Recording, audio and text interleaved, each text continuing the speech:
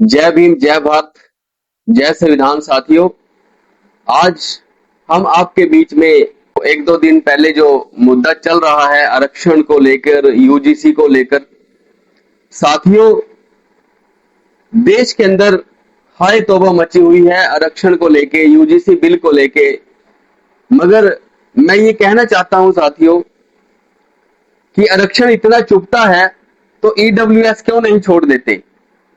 आरक्षण इतना चुभता है तो 5,000 साल से जो तुम्हारे पर शिक्षा की व्यवस्था थी, तुम लोगों ने किसी दूसरे वर्ग को शिक्षा नहीं लेने दी।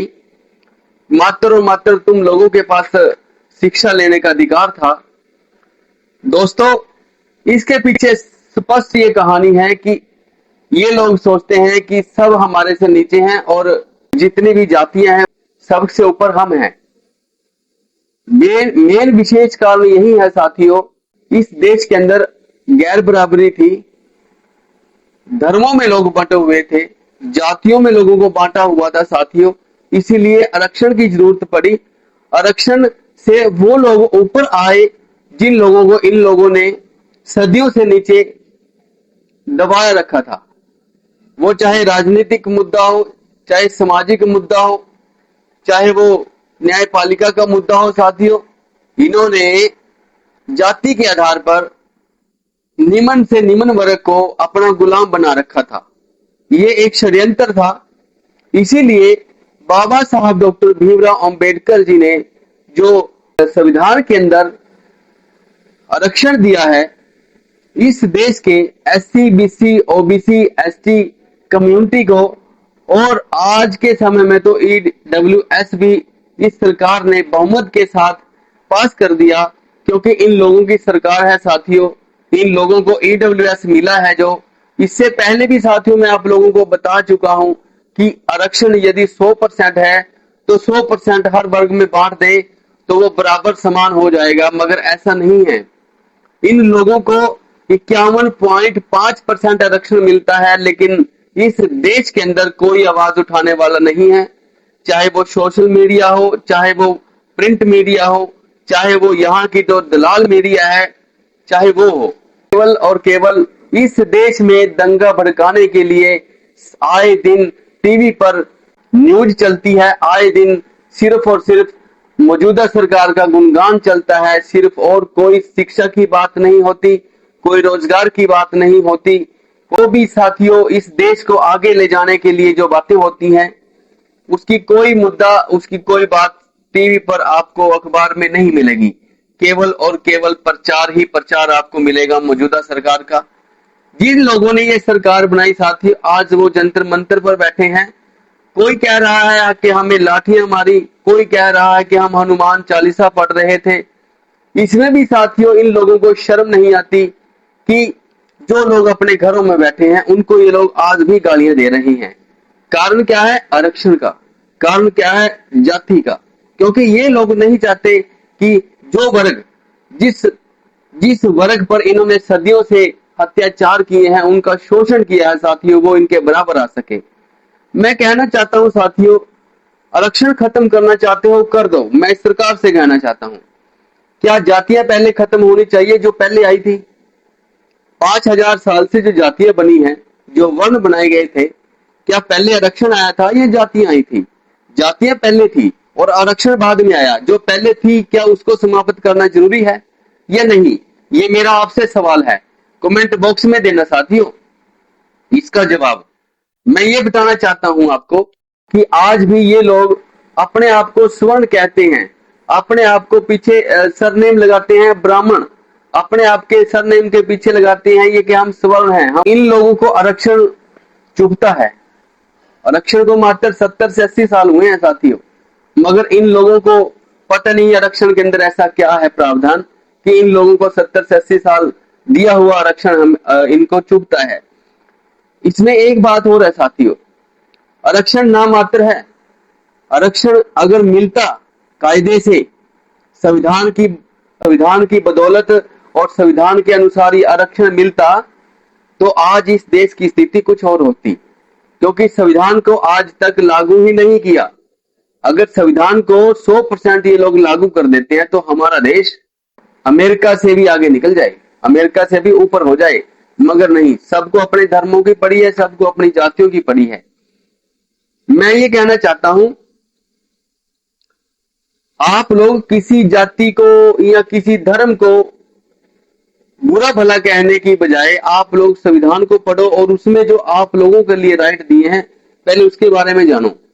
आज जो आप जंतर मंतर पर दिल्ली पे जो प्रदर्शन कर रहे हैं साथियों, ये अधिकार आपको संविधान देता है, मगर शांतिपूर्वक तरीके से, बिना हथियार के, बिना लाठी डंडे से, बिना तलवार से। आपको आर्टिकल 19 अधिकार देता है कि आप अपनी बात जो सरकार के सामने रखना चाहते हैं, जो बात आप, जिस बात को रखने के लिए आप प्रदर्शन कर रहे हैं, धरने पर बैठे हैं, आर्टिकल 19 आपको आजादी देता है।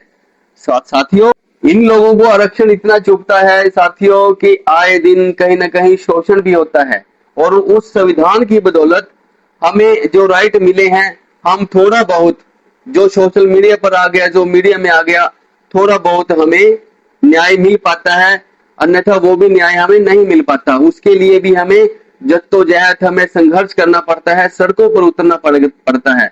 और इसके पीछे साथियों शोषण करने वाला कोई मुसलमान नहीं है, ये बड़ी गहरी बात है साथियों। शोषण करने वाला कोई मुसलमान नहीं है, शोषण करने वाला मात्र एक व्यक्ति है जो ब्राह्मण जाति से आता है। ये सभी लोगों को उकसाता है। ये सीधा मैं कहना चाहता हूं आप लोगों से, आप इतिहास उठा के देख लो, कभी आप लोगों के खिलाफ मुसलमानों ने कोई भी बात नहीं लिखी। आप लोगों के खिलाफ उकसाने वाला केवल और केवल ब्राह्मण है, जो अपने आप को सबसे ऊंचा रखता है ना। जो अपने आप को सबसे ऊपर रखता है वो ब्राह्मण समाज है। ऐसा क्यों है? क्योंकि उसके द्वारा जो प्रोपगंडा, जो कहानियां, जो मनगढ़ंत कहानियां इन लोगों ने बनाई, क्या कभी आपने सुना है कि किसी राक्षस ने किसी महिला का शोषण किया हो? आपने सुना है? मगर इनके जो ऋषि मुनि थे उन्होंने अपनी ही बहन बेटी के साथ बलात्कार किया। ये कहानियों में दर्ज हैं बातें इन लोगों की, जो रामायण है, महाभारत है, रामचरितमानस, ये सच्चाई है साथियों, क्योंकि हमने उन चीजों को पढ़ा है। यदि किसी को कोई आपत्ति है, यदि किसी को कोई आशंका है कि ये आदमी गलत बात बोल रहा है, गलत जानकारी दे रहा है, तो आके बातचीत करो, बैठो आके हमारे साथ, हम आपको तथ्य के आधार पे बात बताएंगे सारी और दिखाएंगे भी। आप लोगों के जो धर्म ग्रंथ है उनमें आप लोगों ने कितना गंद भर रखा है, ये सच्चाई है साथियों। अधिकार केवल और केवल बाबा साहब अम्बेडकर के संविधान ने दिया इस देश के बहुजन समाज के लोगों को। अच्छी अच्छी नौकरियों पे, अच्छे अच्छे मंत्री मिनिस्टर बनने पे, संसद बनने पे ये लोग संविधान को भूल जाते हैं। फिर इनको क्या याद आता है? बड़े बड़े मंदिर याद आते हैं, माता का, शिव जी का, गणेश का, बहुत से ऐसे ऐसे मंदिर याद आते हैं जहां पे इनको लात लगती है पिछवाड़े पे। और फिर इनको फिर ये दौड़ के आएंगे संविधान के पास कि हमें इंसाफ दो, हमें न्याय दो। बाबा साहब को कभी जाते देखा आपने मंदिर में? साहब काशी राम जी को, बहन जी को जाते देखा किसी मंदिर में? लड़ाई कोई नहीं है, लड़ाई है सिर्फ और सिर्फ राजपाट की, और राजपाट आपको कोई हाथ पे पसोरने नहीं आएगा। उसके लिए आप लोगों को लड़ाई लड़नी पड़ेगी, अपने घरों से निकल और सड़कों पर आके लड़ाई लड़ेगी, जैसे साहब कांशीराम जी ने लड़ी। भाई चंद्रशेखर आजाद लड़ रहा है, किसके लिए? इस समाज के लिए, बहुजन समाज के लिए। ये साहब कांशीराम जी, बाबा साहब आप लोगों को इस देश का हुक्मरान बनाना चाहते थे। औरतों की जो फर्श है उस पे अपने माथे रगड़ रहे हो, माथे को फोड़ रहे हो। तो ये मैं कहना चाहता हूं, अगर आरक्षण से साथियों किसी को दिक्कत है तो उसे पहले पढ़ो कि आरक्षण है क्या, उसके बाद उसके ऊपर किंतु परंतु बात करना, ठीक है ना। ऐसे कोई फायदा नहीं है। ठीक है, आप लोग प्रदर्शन कर रहे हो, आप लोग धरने पर बैठे हो, आप हनुमान चालीसा पढ़ रहे हो, आपके ऊपर दिल्ली पुलिस ने लाठियां चलाई। अरे भाई, आप लोगों के ऊपर नहीं चलाई, किसानों पर भी चलाई, मुसलमानों पर भी चलाई, ईसाइयों पर भी चलाई, इस देश के बहुजन समाज पे भी लाठियां चलाई।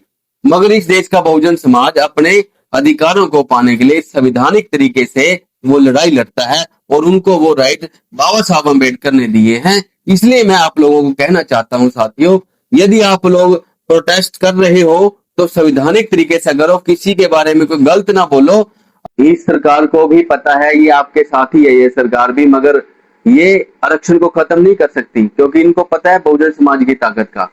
इसलिए मैं कहना चाहता हूं आप अपने घरों पर लौट जाओ, कुछ होने वाला नहीं है, क्योंकि इन लोगों ने थोड़ी सी चूक की थी SC/ST एक्ट के अंदर बदलाव की, और 2018 में बहुजन समाज ने एकजुट होकर मात्र 2 बिरादरियों ने इन लोगों का मुंह बंद कर दिया था। ये लोग अब ऐसा कुछ करने वाले नहीं है। आप लोग अपने घर जाएं और ठीक ठाक अपने काम करें। मेरा सभी को जय भीम, जय भारत, जय संविधान।